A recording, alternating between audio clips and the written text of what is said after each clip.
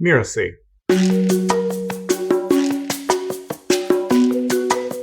Aloha, I'm Sandra Johnson, and you're listening to Making It. My husband, Mark, and I run an organization called Accreditation Advisors Group. And what we do is we do consulting for all educational levels, as we have done so by creating our own university.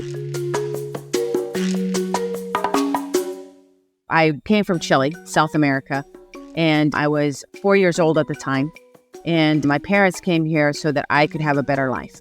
My father worked in the aircraft, and unfortunately during that time where we moved to Lancaster, there was multiple layoffs. And so we ended up living in a very humble beginnings, 2-bedroom duplex, 8 family members. Our home was full of really good food and a lot of love. However, as soon as we walked out of our door, it was a very challenging neighborhood. At the age of 9, as I'm walking with a doll, I happened to see a drug deal being done.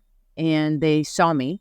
And as I ran from them at 9 years old, I was given 2 black eyes, a bruised rib, as I'm holding my doll. And at that moment is when I knew I needed to do something to get out of that neighborhood. I needed to do something to break the chain. I needed to do something to make a difference. And I knew I needed education to do that. And so I did everything I could to receive my education, knowing that eventually I would start something, whatever that may be, to be able to help others break that chain and make a difference. And to be 9 years old and thinking that way is kind of a little bit of a shock, to grow up in that kind of an environment and really not know how to get out of it and not really have an answer, but to dream and be creative and make your dreams come true. And I believe that at 9 years old is when it hit me what I wanted to do. Education was not even part of a discussion where I was growing up. It was very, unfortunately, stereotyped also, where there was no counselors that were there to assist me and help me and guide me. I didn't know any different. I didn't even know there was financial aid. So when I was pushing to make sure that I was not a statistic, that I would be able to attend school, I literally slept in my car to be able to go to college because I didn't know that all those funds existed.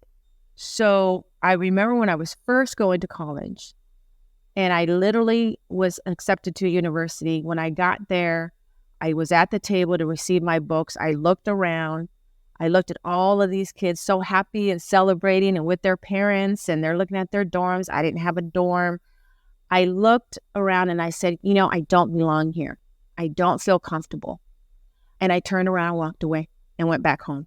My parents were so sad that I felt that I wasn't worthy, which is why I decided to go to community college, which is why I decided to continue on with my education.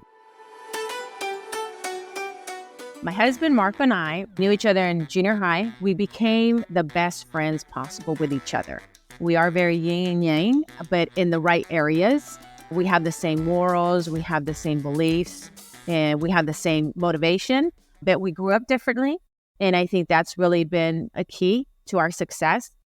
He is a future thinker. He really plans things out, which I really respect about him. I'm more of a survivor. I'm more like, okay, what do we need to do now, to survive and keep going? And it works really well with both of us. So I know that when he is in charge of certain things in business, that 100% trust is there, that he's going to do the best job possible as he does with me. We have those things in common, like our morals. We want to be treated a certain way, so we treat everybody else the way that we want to be treated. And everybody has a purpose. And so we want to make sure that everybody's treated with that respect. We were both blessed to receive our master's degree. So when we designed the university, we wanted to make sure no one was forgotten. So we designed it to where we had certificate programs, we had degree programs, and we wanted to make sure that no matter what your journey is and what your story is, when you come to this university, you have a purpose. And I know that I could not do this without my husband. It works really, really, really well for both of us. I truly believe that there are no mistakes in life. I think there's lessons in life. I think that a lot of us tend to really just stay on the mistake and we aren't moving forward from it, as opposed to, in my opinion, let's stop looking at the rear view mirror, right? Let's just tear it out and it doesn't exist, let's just move forward. But if you see them as lessons, you'll start seeing the success. I believe if we're talking just business, that the biggest mistake that we had was we thought that we could conquer anything. We created a whole entire university. We have dorms, we have student athletes, we have faculty. I was even councilwoman of our community. I mean, we're all over the place. And then out of the blue, we just thought, you know what? Let's start a restaurant. Okay, let's do that. So we start, and then we're like, oh my God, what are we doing? We don't know anything about restaurant. It was a whole different world. We spent so much money. I mean, it was a major journey that we went through. But again, let's take these as lessons. And the journey that we went through, we learned so much about the industry. And we're sitting down in a restaurant and we're saying, we have to stop it. We have to close it. But what can we do with what we have? Let's just start teaching them. And we created our culinary arts program. So I think for me, it's not necessarily mistakes, but it's lessons. And if we see them as lessons, then we can go ahead and keep growing from them. So a negative turned into a major positive. Whatever it is you choose to do in a business, there's some kind of reason you chose to do that. Hopefully it's not money, because that's not strong enough. But there's a purpose of why you chose to do what you do as an entrepreneur. And there's the commitment, there's a passion, there's a past. And if you hold on to that, that's your drive.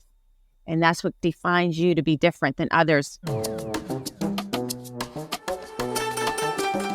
There's so many different levels of making it. It could be, your purpose, your drive, your mission, your past. For me, what I really love and what keeps me driven is creating a dream and making it into reality. I remember going to the community college and I was getting ready to graduate. And at the time I was applying for a university. I remember this professor. She was amazing.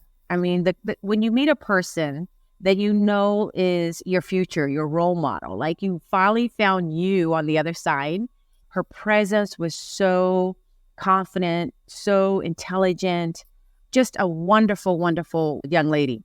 She was a psychology professor. And I remember I really appreciated her class. I enjoyed going. And so I knew immediately when they asked for a letter of reference, I knew exactly who I was going to. I was so proud, and I went to her and I said, I'm getting ready to apply for university, and I would really love it if you could honor me by submitting a letter of recommendation. She approached me and she says, oh, I'm so sorry. I can't do that. Kind of caught me off guard a little bit. And I thought, well, maybe she's really busy. So I said, well, if you'd like, I can draw up the letter and you can edit and delete as you wish if that saves you time. And she says, oh, no, what I mean is that I don't feel that I should submit a letter for you because I don't believe you are true college material.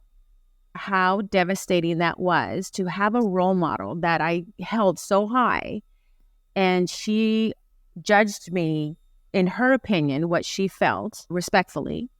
And I kind of looked at her and she says, it's because you have a very thick accent and it's going to be difficult for you in your future. And so I respectfully appreciated what she said. And I said, well, thank you so much. I appreciate that. What I did was, instead of taking that as an insult or taking it as I'm done, if somebody who I admire doesn't believe in me, then why should I believe in myself? Because of the neighborhood I grew up in and the challenges I had as a child, I took that as a challenge. So I chose to have that as a core motivation. And to this day, I'm proud to say that I didn't just receive my master's degree from a university, but I'm a co-founder of a university. And that to me is making it, where we don't allow others to destroy our dreams.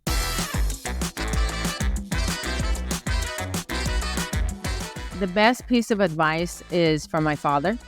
And he said to me years ago, and I remember I was in school and I was taking algebra at the time.